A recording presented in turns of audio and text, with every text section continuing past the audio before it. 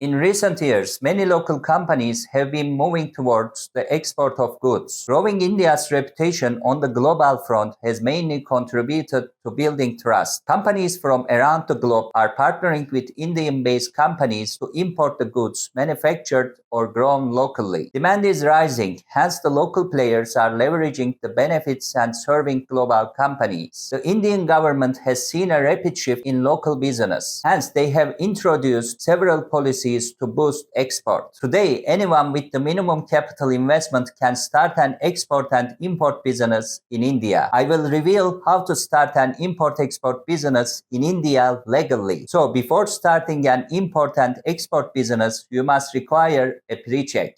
To start an import-export business in India, you first need to choose the structure under which your company will operate. Afterward, you must register your business and select a name to represent your company. Each business type of formation has its own feature so that you can register your business according to your needs. So, I will explain in simple words about each type of business formation. Solo firm registration is the best when you want to test your idea in the import or export business. And another best thing is that you are the sole owner of the firm which controls the business. As an import-export business, you must only require the tax registration of a firm like VAT or CST and IEC code, so it can be done at less cost of formation. Even you have to pay just only the income tax on a slab basis individually, so you can easily save the income tax. A partnership firm is like a solo firm, but it requires a minimum of 2 partners instead one. It has unlimited liability in the business, but is best for testing your ideas in the import-export business with the partners. It requires just drafting on a partnership deed and opening a bank account in the firm name. After that, you must apply for the VAT or CST and IEC code.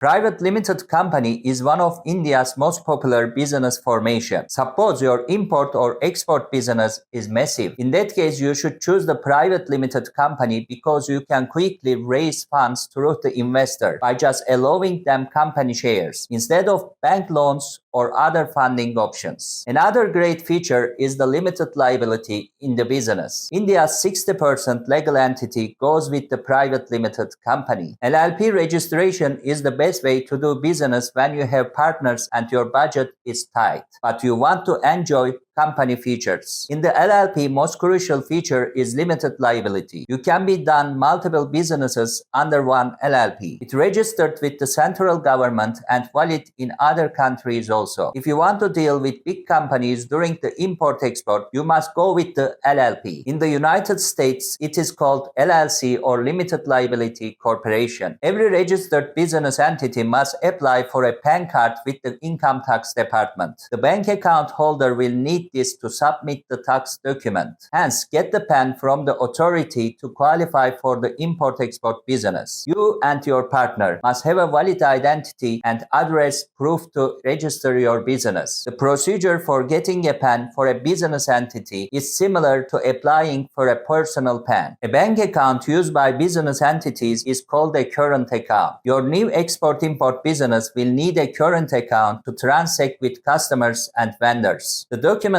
required to open an existing account vary depending on the type of business entity. Sometimes you can overlook it, so let me remind you guys. The like button you see below is crucial for our channel. If you like the video, hit that like button and I will be rewarded for my efforts. And you will have the chance to reach more such videos. Also, if you have enough budget and want to support more, you can join my channel or show your support by sending a super thanks. And I released my ebook about shipping. Shipping is a crucial aspect of the import-export business, but it can be complicated and overwhelming, especially for beginners. That is why I have written Understanding the Basics of Shipping in Import-Export Business for Beginners, a comprehensive guide to help you understand and navigate the ins and outs of shipping. With 314 pages of valuable insights, practical advice, and real-world examples. This ebook covers everything from choosing the right shipping method to dealing with customs and regulations, whether you are just starting out or looking to take your business to the next level.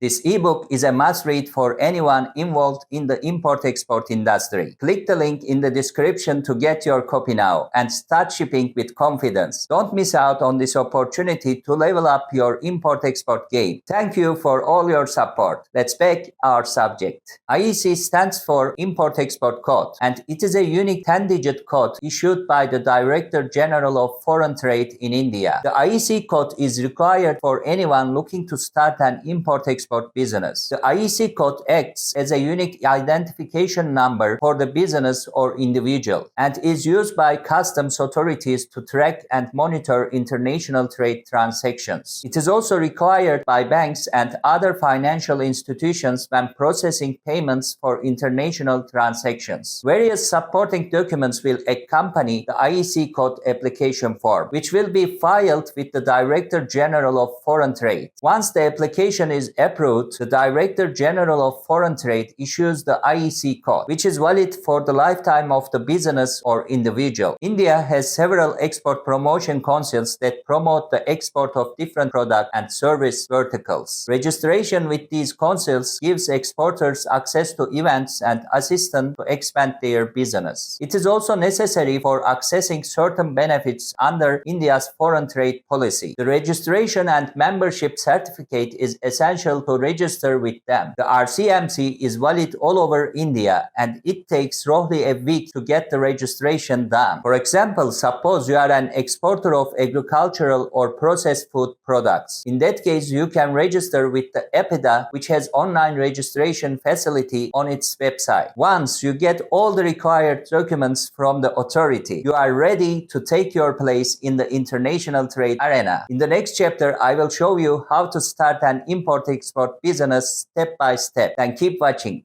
I hope you totally understand what I just mentioned, but if you have any question on your mind, you can ask me in the comment below. Or if you need more professional advice or help, you can reach me via email for my consultancy and coaching services. You can find the email in the description. I will be really happy to see and meet you there. Alright guys, if you like the video, hit that like button, and if still do not subscribe, do not forget to subscribe to my channel. Thank you for all. I will see you in the next video. Take care. Bye.